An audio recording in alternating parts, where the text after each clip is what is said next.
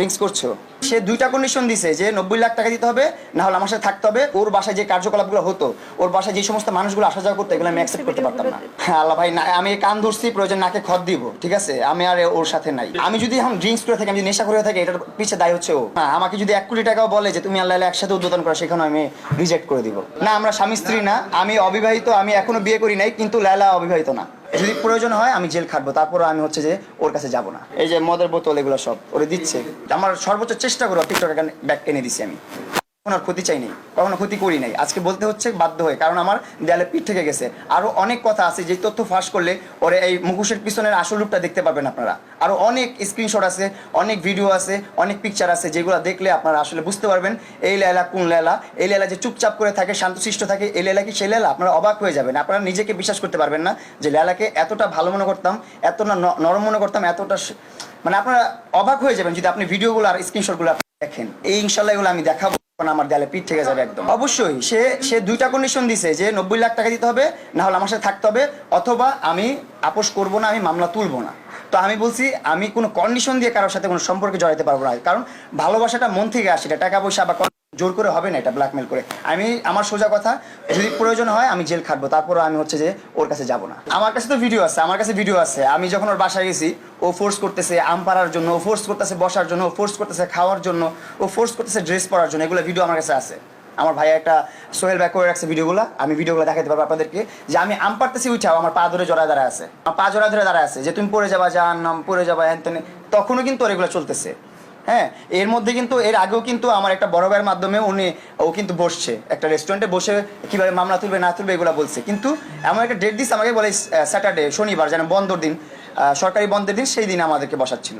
এটা তো ওরে প্রশ্ন করতে পারেন আপনি যে আপনি ওর আমার দৃষ্টিতে তো অভিনয়, ও তো কত বড় অভিনয় বাজ, আপনি এটা তো বিশ্বাস করতে পারবেন না। ও আমার প্রেস কনফারেন্সে বলছে যে আমাকে বাইকে দেখছেন, বাইকে উঠেছি, উঠে সামনে নামাই দিছে।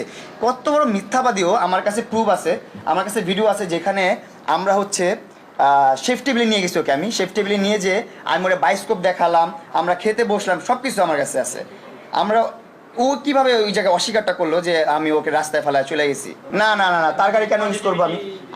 আমি যদি হেঁটেও ঢুকি আমি প্রিন্স মামুনি, আমি যদি সাইকেল দিয়ে ঢুকি আমি মামুনি। এই মানুষগুলো কিন্তু লেলার কথায় আসে নাই। সব মানুষ, আপনারাও কিন্তু জানতেন না যে লেলা থাকবে এখানে। লেলা কিন্তু সারপ্রাইজ ছিল, লেলা যে আসবে এটা কিন্তু কেউ জানতো না। সো আমি আমার ফ্যান পেজদেরকে, আমার ফ্যান বেজ যারা আছে, যারা আমাকে ভালোবাসে, তাদেরকে আমি ডাকছি যে সবাই আমার উদ্বোধনে আসবেন, আমার সাথে দেখা করবেন, আমার সেলুনটা দেখে যাবেন। সবাই আসছে। অ্যান্ড লেলা বলছে যে প্লিজ তুমি আমাকে একসাথে যাই আমরা, তো তুমি আমাকে নিয়ে যাও, আমি যেতে চাই, তোমার সাথেই যেতে চাই, আমি তোমাকে নিয়ে যাও। যখন এত রিকোয়েস্ট করছে আমি বলছি ঠিক আছে, কোনো সমস্যা নেই আমার, কারণ আমি প্যাচগোজ নাই আমার মধ্যে, ভাই আমার মধ্যে হিংসা এত কিছু নাই। ও এত বদনাম করছে, তারপরে কিন্তু ওর সাথে এক গাড়িতে আমি ঢুকছি। ওর গাড়িতে না ঢুকলে আমার মাসুদ ভাইয়ের গাড়ি আছে, আরও বড় ভাইদের গাড়ি আছে। আমি বললে আমার একটা মার্সিডিজ দিয়ে যাবে এখনই। আমি যদি এখন বলি এখনই একটা মার্সিডিজ দিয়ে যাবে, যেটা ছাদ খোলা, ছাদ থাকবে না কোনো, দিয়ে যাবে এখন। এমনও বড় ভাই আছে যাদেরকে যদি বলি যে ভাই আমি গ্র্যান্ড রূপে নিয়ে যাবো, আমাকে আধা ঘন্টা বা 1 ঘন্টার জন্য আপনার গাড়িটা দেন, দিয়ে দিবে।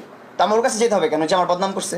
ওর উদ্দেশ্যে আমার কিছু বলার নাই। আমি ওর উদ্দেশ্যে একটা কথাই বলতে চাই, তুমি যা করছো খুব ভালো করছো, ভালো থাকো, সুস্থ থাকো, তোমার শুভকামনাই করি আমি। অনেক বড় হও জীবনে, তোমার ফ্যান পেজ নিয়ে অনেক ভালো থাকো, তোমার অনেক বড় একটা এখন ফেসবুক পেজ হয়েছে, অনেক বড় একটা ফ্যান পেজ হয়েছে, তোমার অনেকগুলো অ্যাকাউন্ট হয়েছে, যেখানে অনেক অসংখ্য ফলোয়ার্স তোমার, তুমি একজন সেলিব্রিটি মানুষ, তুমি অনেক বড় থাকো, তোমার নিজের যোগ্যতা এগুলো কামাইছো, ওগুলোর পিছনে আমার কোনো হাত নাই।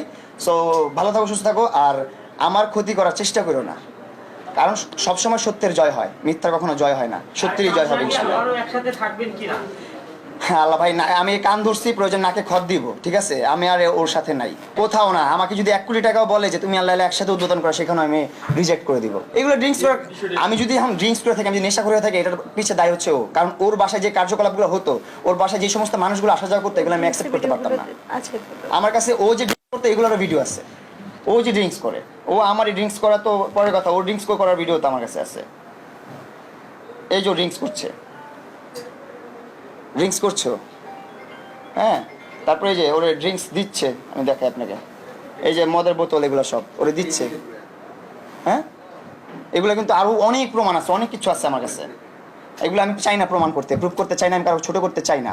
আমি আজকে অনেক কিছু চিন্তা ভাবনা করে আসছিলাম যে যেগুলো প্রুভ করবো, প্রিন্ট আউটও করে রাখছিলাম, কিন্তু একটা ভাইকে বলে আসছি আমি যে আমি এগুলো করবো না, তাই আমি করলাম না এগুলা। না, আমরা স্বামী স্ত্রী না, সঙ্গে নেওয়ার কিছু নেই। আর সঙ্গে আমাদেরকে দেখবেন না, আমাকে দেখবেন না, আমার যদি জেল খাটতে হয় তারপরও আমাকে দেখবেন না। না